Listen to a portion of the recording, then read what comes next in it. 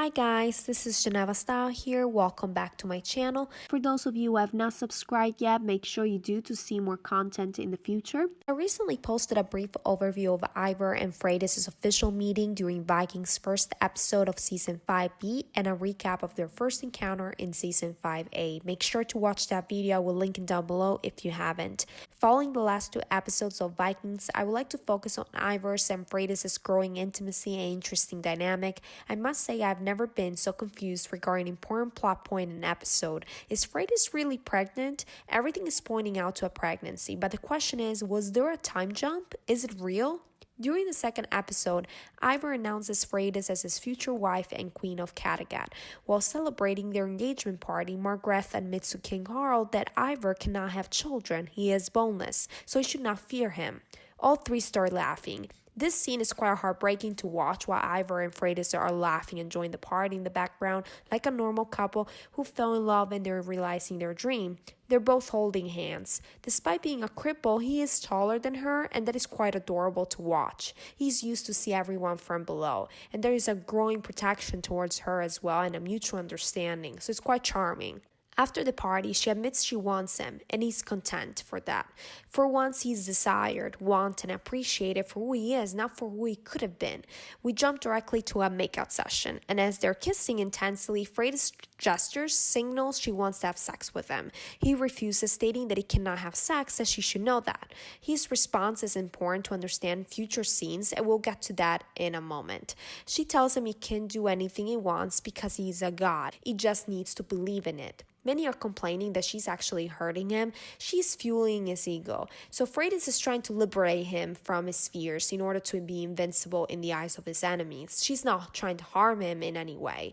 Then she states that if he loves her the way she does, she will have his child. He's not convinced. She takes his blade and cuts his hand. She states that by his blood, she will carry a child. She licks it. The next scene in Kattegat sees Freydis having sex with a random servant in order to become pregnant. I won't say anything more about this scene, but I will say that it wasn't surprising to me, and I will explain why at the end.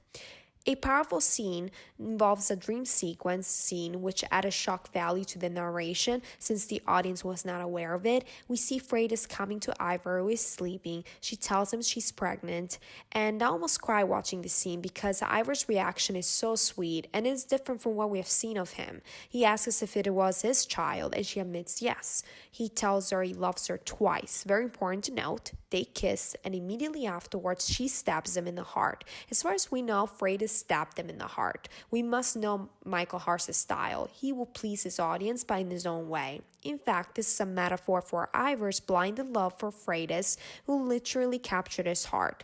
Then as the camera pans over her face, we see that the real killer is Margrethe, whose laughter can be heard while Ivar dies in disbelief. The following scene is the most controversial and confusing. Ivar admits his fears to King Harald regarding Margrethe's madness, and then he also reveals that Freydis is pregnant. And apparently they did not make it clear whether or not there was a time jump. There must have been a time jump in order for her to get pregnant so quickly. There were some lighting and weather changes by the look of Insect's clothes when he visited Margrethe, suggesting a time jump. As far as we know, Freydis is pregnant. Clearly she's not pregnant with Ivar's child. Some people are complaining that he's believing it could be his child through his blood. He does not believe that. If you listen to Freydis' words carefully, she said, if you love me as much as I do, I will have your child. Then when she talks about the child born from his blood, she does not refer to him as Ivar's child. She simply states that this child will be on your side and will represent my love and devotion for you. Of course, I paraphrase, but that's basically what she said. That points directly to an agreement between them. During the previous episode, she tells him she would give her life for him, that she would do anything for him, and then the camera pans over Ivar's facial expression in response to these statements. He knows what he wants from her to preserve his kingdom. Many presume he was simply asking her to marry him. That's not the case. He asked her to give him a child with another man. In return, he would make her his wife and queen of Kattegat. This is also emphasized during the second episode when she's trying to persuade him to have sex with her. He tells her she knows that he can't. It seems like they had discussed this off screen. What did you guys think of their relationship so far? Do you think there was an agreement between them about having a child from another man and pretending it was Ivar's? Will she be able to have Ivar's children at some point in the show? Let me know in the comments below, and I will see you guys next time.